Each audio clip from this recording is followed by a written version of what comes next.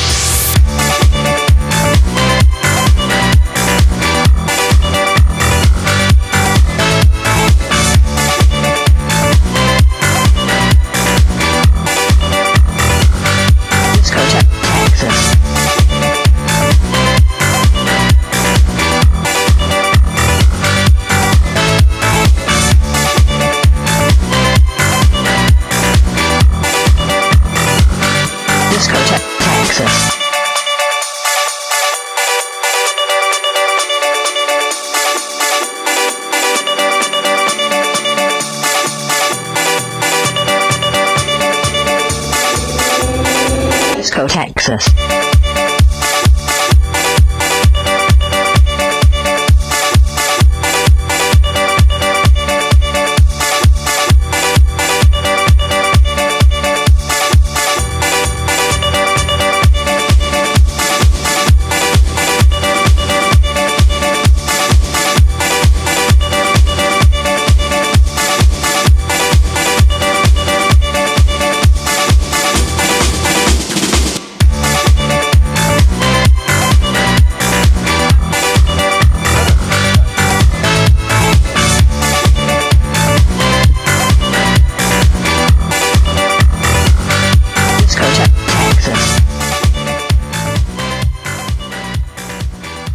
All right, ladies and gentlemen, welcome to Snacky Tunes. Beautiful spring day. I'm going to have your host, Terry Diabolic from the Pulse. Joining us in the seat is the one, the only, did you not forget? Hello. I don't know if I'd say it's a beautiful spring day. Really? I'd say it's a spring day. I mean, it's beautiful in its own right. What you're hearing right now is us ripping into the always delicious and fantastic Roberta's Pizza, who we are happy to announce will be kicking off our barbecue blowout season May 19th at Good Company, formerly known as the Hope Lounge, 10 Hope Street, 7-Eleven, $5 plates. Menu's going to be awesome. We have Kathy Irway. Music will be provided by Modular Records. They will be DJing. Awesome. And then we have some other good stuff coming up the rest of the month, which we'll be announcing in a few weeks. Speaking of great food and drinks in the neighborhood, we are happy to be joined by Kathleen Nuffort. Hello. From Blue Bottle, the recently much hyped but well-deserved Thank you. coffee shop in Williamsburg on Barry North 5th. Welcome, Kathleen. Thanks, guys. It's good to be here. For those who don't know, we met Kathleen 7 years ago. No. 9. 10? 10? 10 years ago. 10 years ago in college at Boston University, and we hadn't seen each other for About That 6 actually years. just made me feel old because it's not like I met you 10 years ago when we were like in middle school. It's like a definite new phase of our life, and it's been 10 years since then. So now I feel officially old. We are. What can I say? Did it get sad?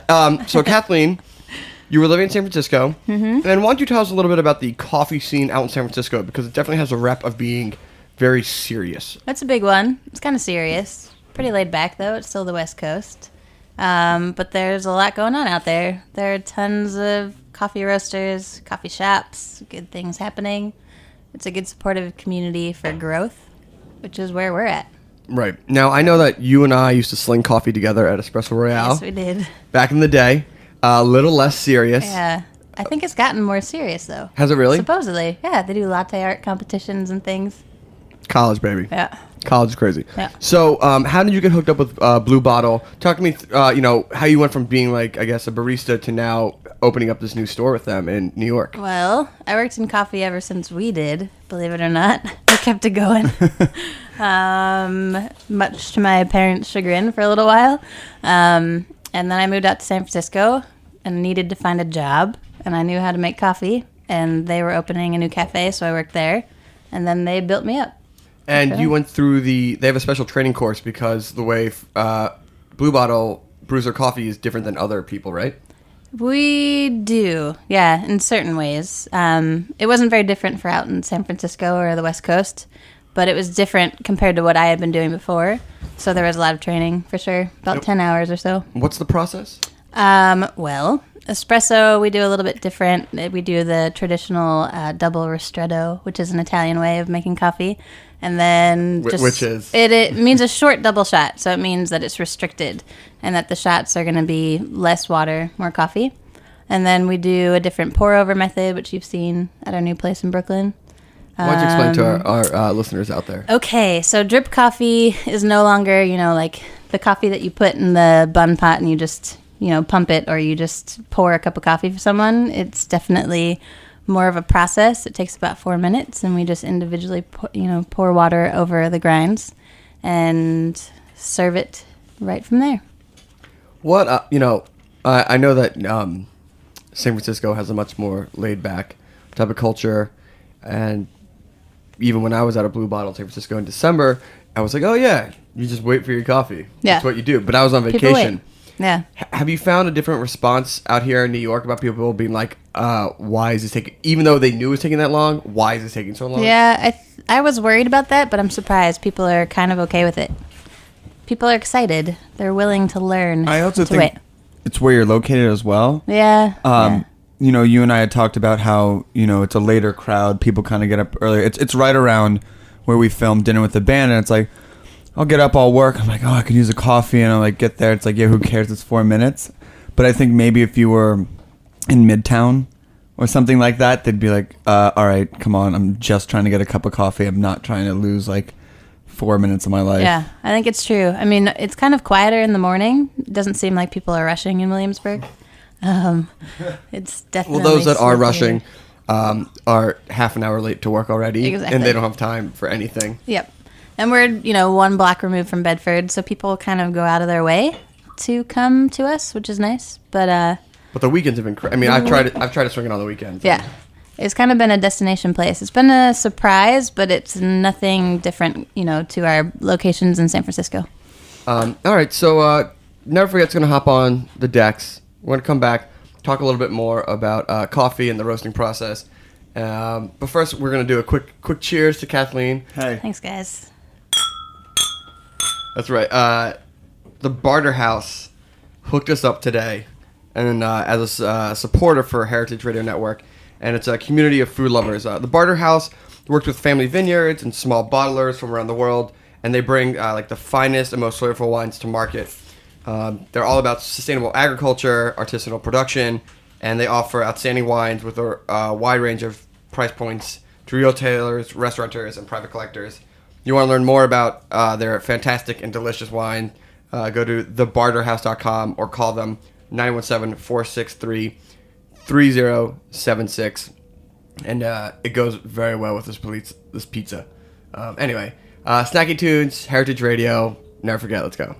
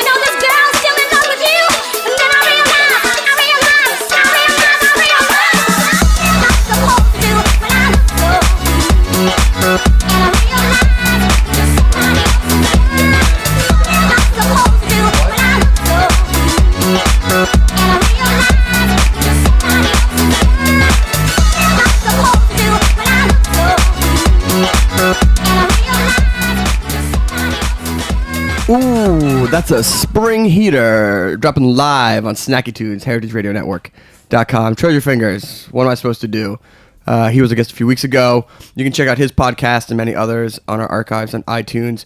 And we opened the show with the Disco Texas theme in honor of them and Justin Faust coming out for a huge party this Saturday, April 27th. Backroom Public Assembly. Very excited. Tickets are on sale right now. tinyurl/FOTP April. $7 in advance. $10 out the door. Volcano be damned. They're coming. We are very happy to be in studio with Kathleen Nuffort. Nuffort. Nope. Nope. What can you do? From Blue Bottle Cafe, who is now open at on Berry and North 5th in Williamsburg. And we were just talking about her rise from barista to manager. And talk to me about what it's like to get the call to say, you're going across country, we're moving you to open up this new store. Well, I was pretty open to it. I kind of put myself out there, too, that I wanted to do it. So I knew it was going to be pretty awesome, and it has been. So it was kind of an easy choice to make. Were you just ready to come back home? Kinda. Back to East? I wasn't necessarily ready to leave San Francisco, but I was ready to do this, do something bigger. So what is it like to open? I mean, we've had people who've opened restaurants, who've opened bars, but coffee shop is a bit interesting. I mean, is it most of the same process? Do you have to get any license to roast coffee? Yeah. You have indoor roasters. Yeah, So.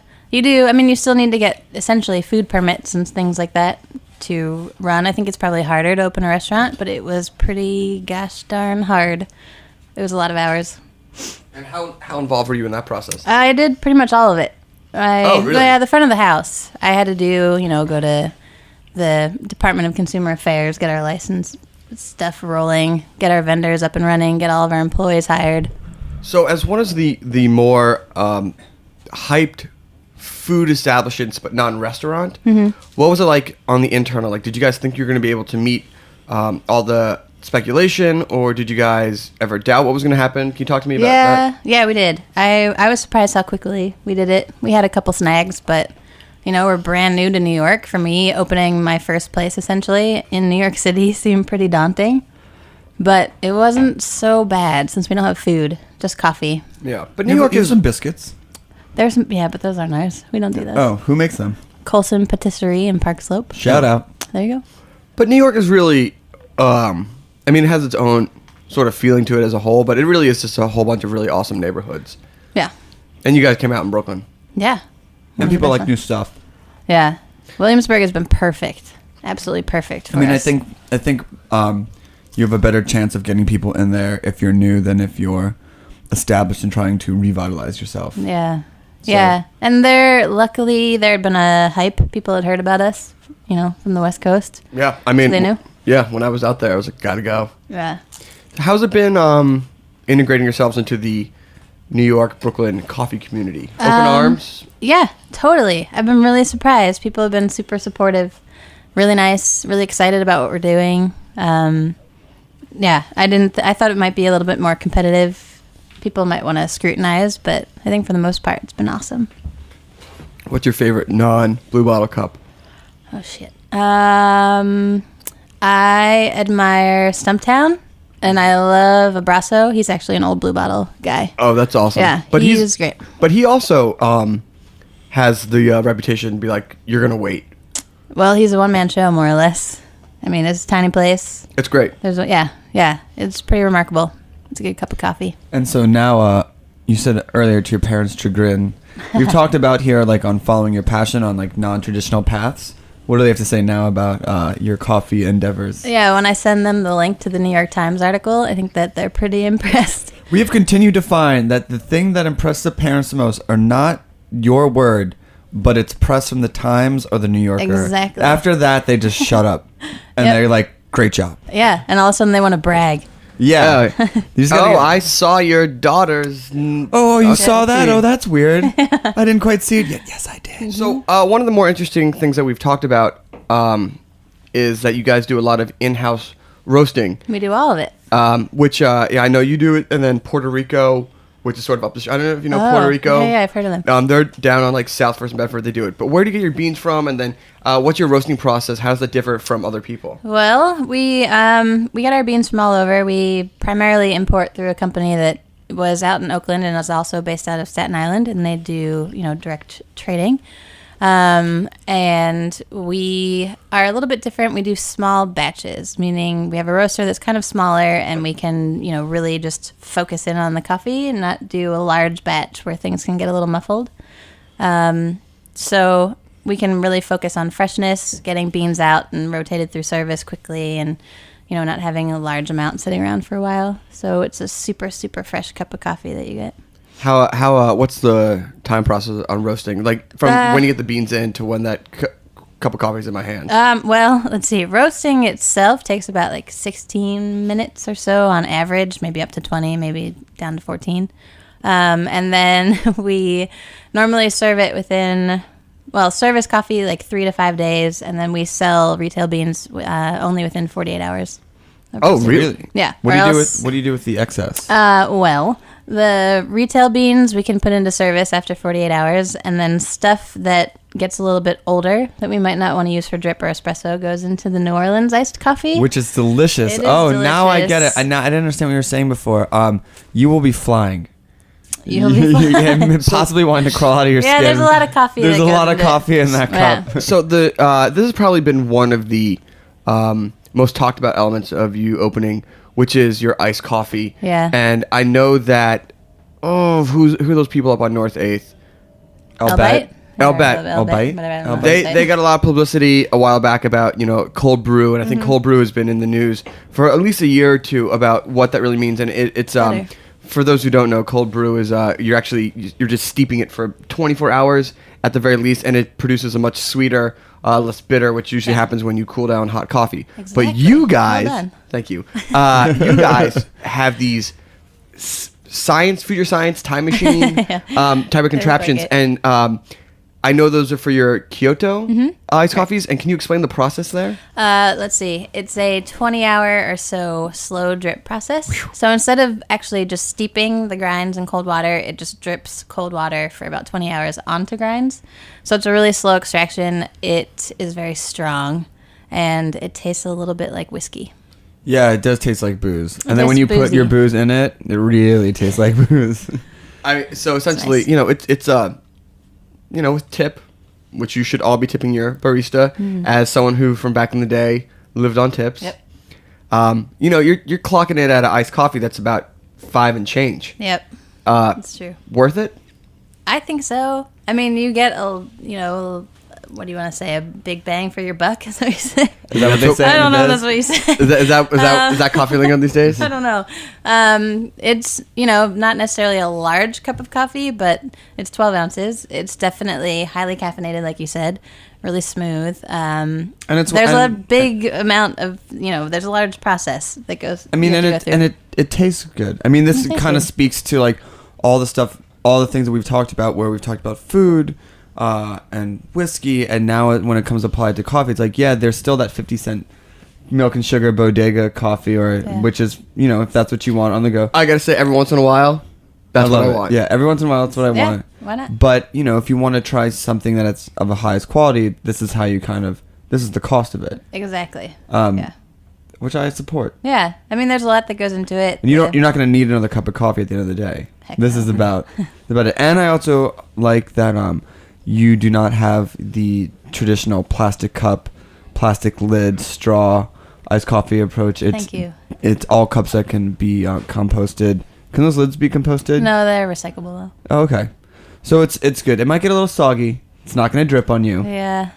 But, you drink it kind of fast. You drink it kind of fast. Whoever hangs out with the iced coffee for more Yeah. than like 10 minutes. People do, but I'm just saying it's nice. You can really see the attention to detail to the whole operation. It is really it's a good vision. So, one last question. Yes. First thing in the morning, what are you pouring for yourself? And end of the day, what are you pouring for yourself? Good question. I'm a drip coffee drinker. Really? Yeah, I really am. I like our drip coffee. I think it's clean, it's strong, it's delicious. You can drink it black. I don't put any milk or sugar in Nothing. it. It's a beautiful cup of coffee. Yeah. Yeah. So I normally start with that and then try espresso later on in the day. Yeah. Are you still drinking as much coffee as you did back in the day? I sip all day long, but I don't necessarily. Yeah, I drink a lot of coffee. I have a high tolerance. Those were some days, right? Yeah, they were. I hope I can go back and find some of our early morning espresso royale mixes. Oh man, I found one of your mixes lately. It was good. Oh yeah, really good. God, Yeah. I wonder what it is. Anyway, Kathleen's gonna hang out. We're gonna listen to some music. Yep. We're gonna drink some more of this Barterhouse wine and play some more music. Talking about Roberta's, talking about food. What are we drinking here? I can't even speak this French. Domaine et Mones, Oh. 2001. That's right. That's I got thumbs down from Jack Inslee and RecTech who are producing the show. That's 2 semesters of French. Thank you, Mom and Dad. Anyway, you're listening to Snacky Tunes. We know that you bribed that French teacher second semester with cheeses when you came back from Paris. No one is asking how I got an A. It just says it on my report card. Snacky Tunes, heritageradionetwork.com. Never forget's going to drop us a set. Little House, give you a preview for what you can expect from our big party this Saturday, hosted by famous friends. VDRK opening, Culture Me taking photogs. Let's go.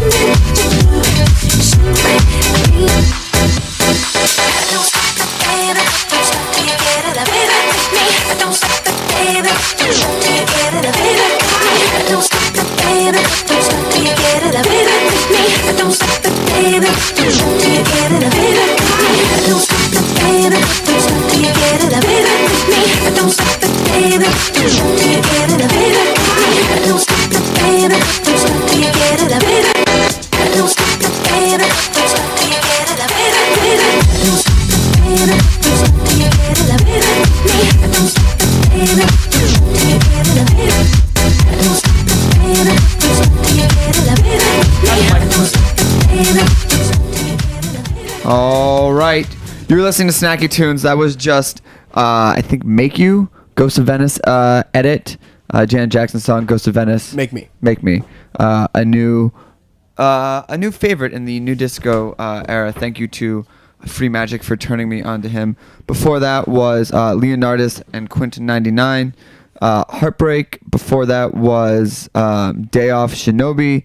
And to start that off was the Oh God Duck Sauce Barbra Streisand remix, which everyone is looking for the original online but cannot find it. It's one of the big tracks from WMC. When you're listening to Snacky Tunes, I am one half your host, DJ Never Forget. And on the other half, Terry Diabolic. Big week this week. If you have been following us, you know that we've been doing remix work with Alan Astor and the Kid Rob under the name Punches. And our mixtape came out a couple weeks ago.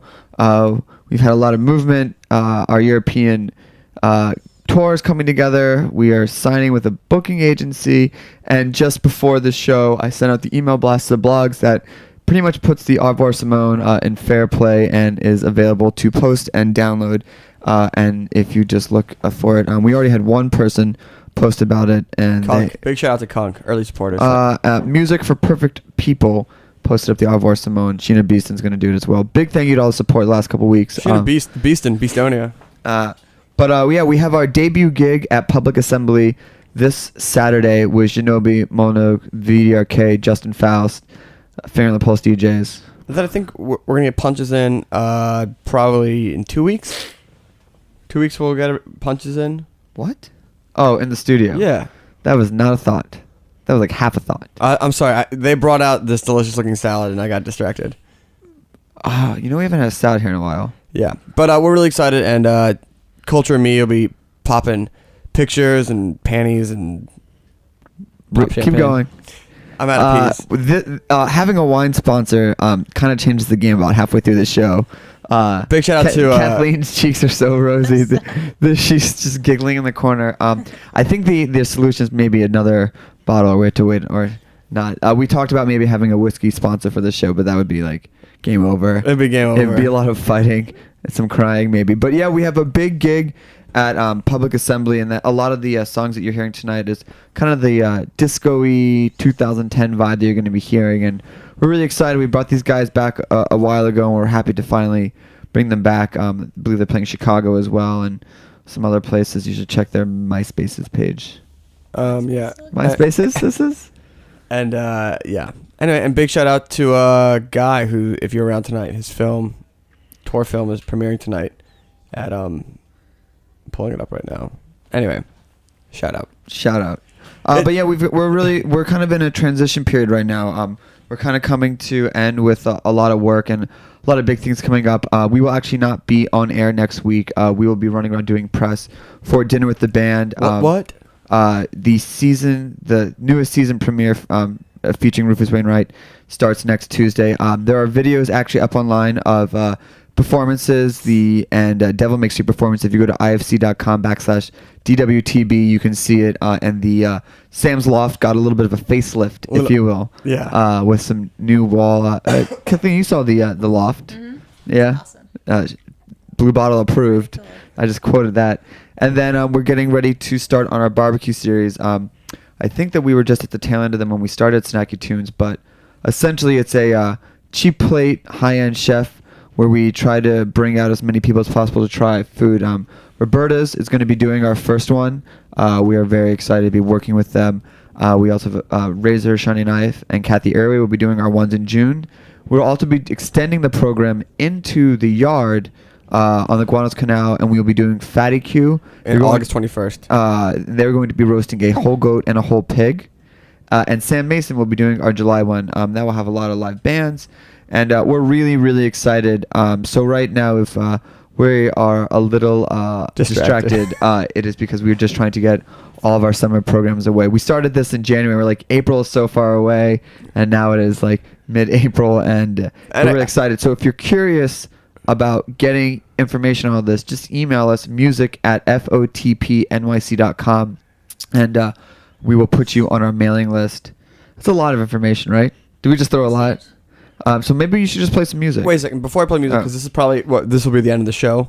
We're not going to come back. Are we going to come back? Yeah, we'll come back. Okay. But let me just say, since we're not going to be here next week, and normally we don't get to do our big shout out, but I just want to say a quick thank you to everybody, press, family, friends who supported Dinner with the Band. It's been a crazy run so far, and I feel like we're just getting started. But Luke Riffle, Emily Benson, Eric Horn, Sam, Doug, Christine, Keisha, Debbie, everyone over at IFC, Nelson, Corey, Catherine, all those crazy kids at Super All Right.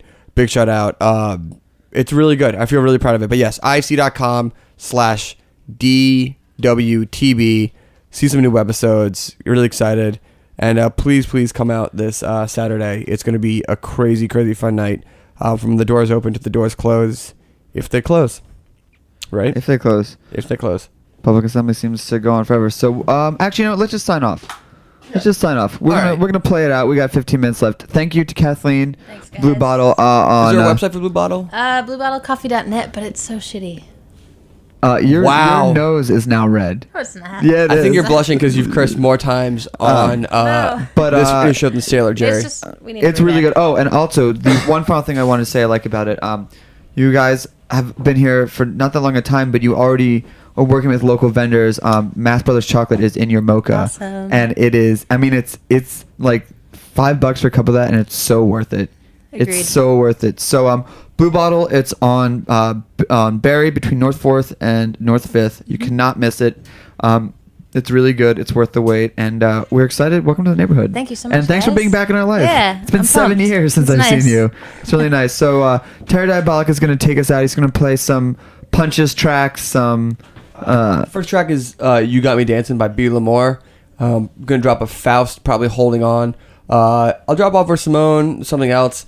Anyway, thanks again. Snacky Tunes, pizza, wine, work, distraction. It happens. Yeah, thank you to the Barter House for being our new weekly, our weekly crutch. And to Roberta's and Jack Inslee and RecTech. And anyway, great show today. Yeah. Really, if people ask top 10 episodes, make sure to recommend another one because this was not it. All right.